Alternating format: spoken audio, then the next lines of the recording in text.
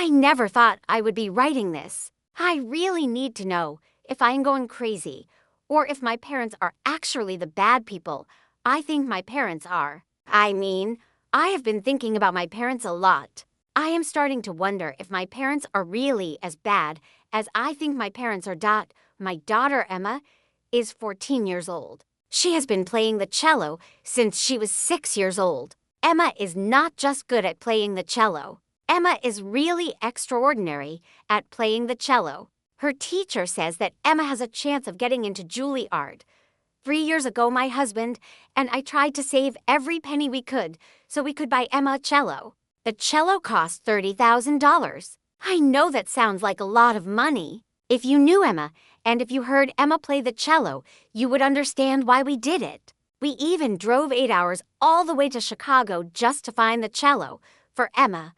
The baby was in her arms. She cried when she first held the baby. The feeling was so strong that she cried. She had the baby in her hands. She could not help but cry. The baby was so small. She loved the baby so much that she cried when she first held the baby.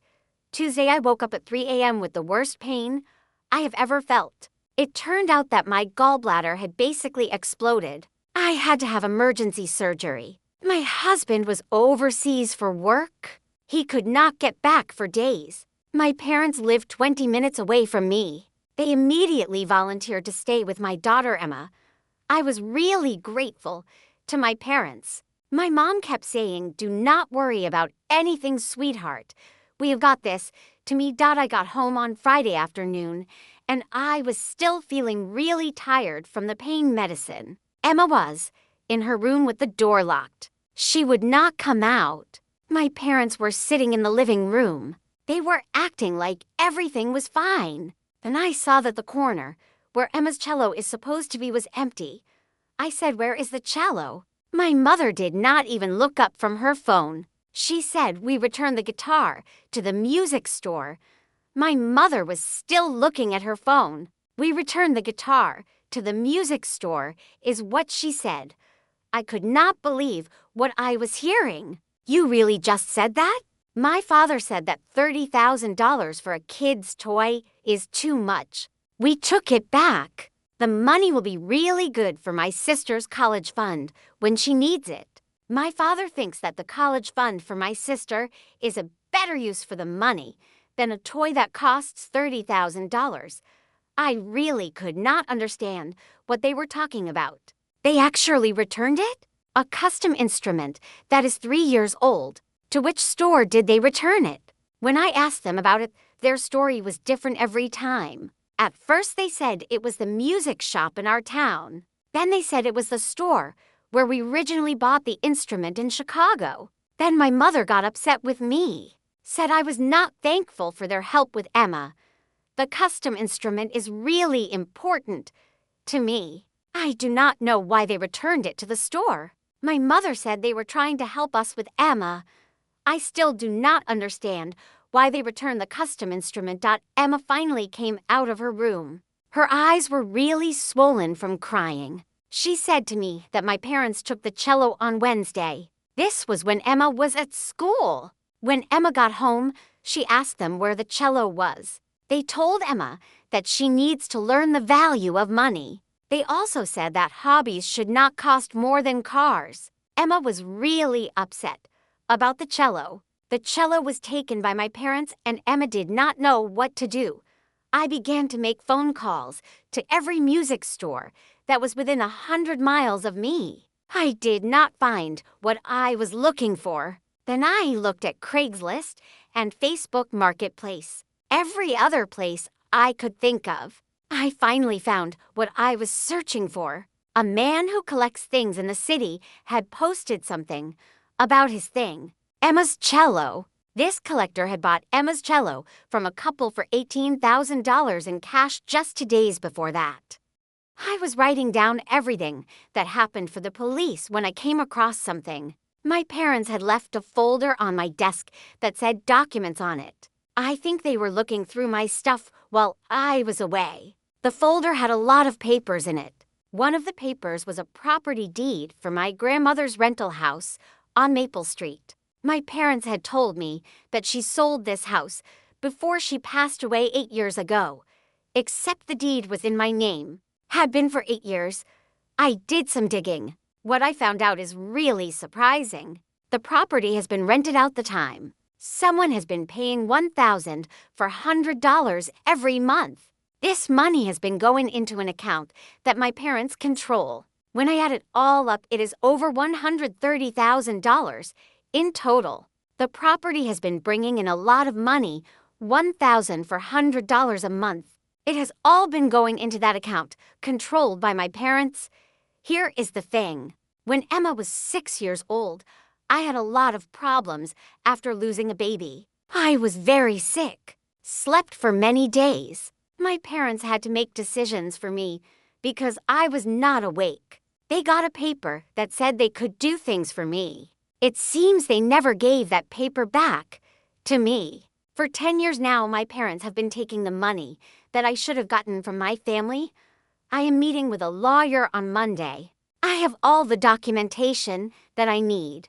I am hoping that I can use the property as leverage to get the money back for Emma's cello. To be honest, I do not know if I can ever forgive them for what they did. Emma will not even look at her music stand now. The whole thing is really upsetting for Emma and her cello. I just want to get the money for Emma's cello so that she can start playing again. Am I overreacting? Part of me feels insane for considering legal action against my own parents, but they stole from both of us. How do I even move forward from this? I just discovered the reason my parents took Maya's cello. It is really bad, even worse than I thought it was going to be. My parents taking Maya's cello is a deal, and I am still trying to figure out why they did it. Maya's cello is really important to her. My parents knew that. First, thank you to everyone who responded to my original post. Your advice about checking pawn shops was spot on. I spent all day yesterday driving around with Maya's best friend's mom, hitting every pawn shop within 50 miles. We finally found it. This was the shop we went to, and there it was. Mrs. Chen's 1923 Czechoslovakian cello was sitting in the window. The price tag on Mrs. Chen's 1923 cello was $3,500. The owner of the shop remembered my parents. He said my parents came to the shop Wednesday with a whole van full of things. My parents got rid of a lot of my stuff, including my grandmother's china and my wedding dress. They also got rid of Maya's childhood violin and lots of boxes that my parents said were full of junk from the garage. But to me, this was not just old junk. From the garage, these were Mrs. Chen's 1923 Czechoslovakian cello and other precious things. The pawn shop owner was really nice to me when I told him what happened. He looked at the receipts. My parents had used their real names and shown their identification. My parents got a total of $8,000 for all the things they sold. The pawn shop owner is keeping all of the items from me until I can figure out the police report. For the pawn shop items, this is where things start to get really crazy. I was filling out some papers when the owner came up to me and asked if I wanted to change the address on my account. I said to him that I had never been to that place before. Then he looked at the customer history, found out that someone with my name and social security number had been selling things to them for 12 years. This person was selling things every few months. Most of the time, it was instruments. They sold guitars and violins and a saxophone. One time, they even sold a piano. The owner showed me all this. I was really surprised that someone had been using my name and social security number to sell musical instruments at this place for such a long time. My hands were shaking. I asked him to print out all the things I needed, everything that was important. I went straight to my parents' house, talked to them about what was going on. My mom did not want to admit it at first. When I showed her the receipts and the video of her, she started to cry. She said things have been really tough and that I would not understand the things my parents have given up for me. My mom said my parents have made a lot of sacrifices, and I just do not get it. That is when my dad let it slip. We have been paying for that storage unit for over a decade. You should be grateful that we did not sell the storage unit years ago, because we kept paying for the storage unit all this time. Storage unit? What storage unit? My parents got divorced when I was 15 years old. At that time, my dad was supposed to get my grandfather's music collection. My grandfather was a musician in Nashville. He played music with people in the 1960s and 1970s. My grandfather had a lot of music stuff like instruments that famous musicians had, signed old recordings, and special music memorabilia. My mom did something unexpected. She put all of my grandfather's music collection in a storage unit. She put my name on it? I was a kid at that time, so I did not know anything about it. My mom hid my grandfather's music collection in that storage unit under my name. They have been paying for it this time with my money. They were using a joint account that I had when I was a teenager. I totally forgot that this account even existed. Whenever they needed some cash, they would take something from the unit and sell it to a pawn shop. They have been doing this with the things from the unit and my money from that account. I made them give me the key to the place. I went to the place this morning. The key was really important to me, so I made sure they gave it to me. I got to the place this morning.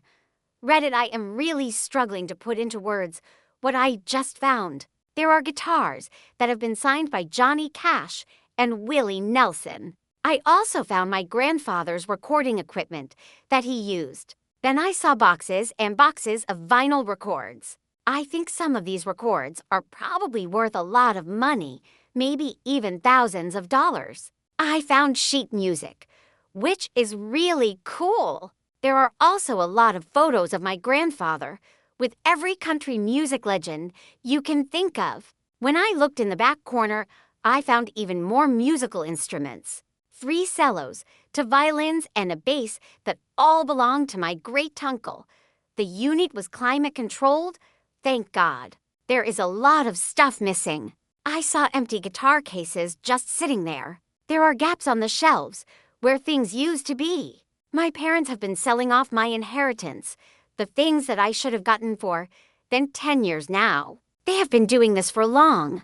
It is really sad to see my inheritance, the things that belong to me, being sold off like this. My inheritance is almost gone. I made a call to the police from the storage unit where my things are kept. I told them what happened. They helped me make a report about the theft and the fraud and the identity theft that I am a victim of. The police officer I talked to said that because we have records from the pawn shop and the storage unit is in my name, the theft case and the fraud case and the identity theft case that I have are really strong. I got Maya's cello back. I paid the pawn shop $3,500 to give it back to me. Maya cried when I brought her cello home. Maya was really happy to have her cello. I keep thinking about all the other things that are gone, and I will never see them again. All those things that my grandfather left for me, they are all gone now. I had to sell them to pay for things. My mom likes to buy a lot of things she does not need. My dad likes to gamble and lose money. I wish we still had my grandfather's things. Maya's cello is back. Everything else is gone forever. They're my parents. But I'm done. I'm pressing charges. The trust fund, the verdict, and why I will never speak to my parents again. I have not posted about my parents and Sophia's orchestra cello in a time. It has been 6 months now. My parents returned Sophia's orchestra cello while I was in the hospital. I want to tell you what happened with Sophia's orchestra cello because you were all very kind to me. Your support really helped me when I was going through a time with Sophia's orchestra cello and my parents. I was very upset. You helped me stay calm. I am talking about Sophia's orchestra cello because I want to thank you for being there for me when I needed you. My mom told someone about my account by mistake. So I got a special kind of accountant to help me figure some things out. What this accountant I found out was really surprising. It turned out that my grandmother had started a savings account for my education when I was born in 1987. She put $5,000 in it to start with. Then every year on my birthday and at Christmas, she would add some money to it. She kept doing this until she died when I was 12 years old. If you do the math and consider the interest that added up over time, this account should be worth around $85,000 by now. My grandmother had put a lot of money into my education trust over the years. The education trust is something that my grandmother had set up for me. There was $11,000 left. My parents were made the people in charge of my trust fund when I was a kid. They were supposed to give me control of the trust fund when I turned 25 years old. They did not do that. Instead, they just kept taking money out of the trust fund. Did not say anything to me. They even put notes on the papers that said things like money to pay us back for taking care of you. They also said paying you for dance classes and paying for car insurance from a long time ago. My parents actually sent bills to my trust fund for things they paid for. When I was a kid, the lawyer asked for the records of my spouse. My spouse had taken money from our account every year. The amount was always between $3,000 and $5,000. They used this money to pay for vacations, to fix up our home, and even to buy a boat in the year 2018. My spouse did all of this while telling me that I needed to be more careful with money and that they could not help me pay for Sophia's music lessons and other music expenses.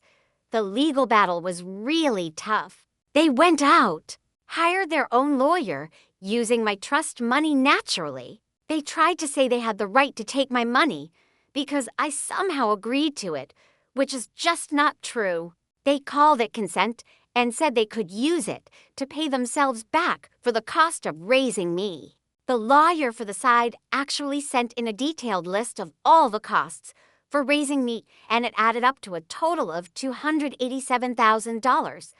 I wish this was some kind of joke. It is not. The cost of raising me, as stated by their lawyer, was $187,000, which is a lot of money.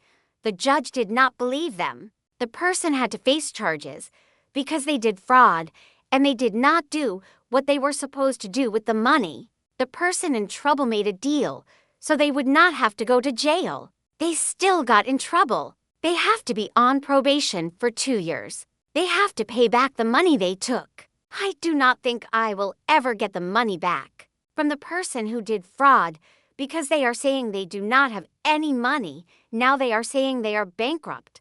The good thing is that I had $11,000 left. I also managed to save some more money, so I used that money to pay the $5,000 penalty that the orchestra wanted. I was also able to buy Sophia her very own cello. It was not a $30,000 cello. It was still a really nice one that is just right for her.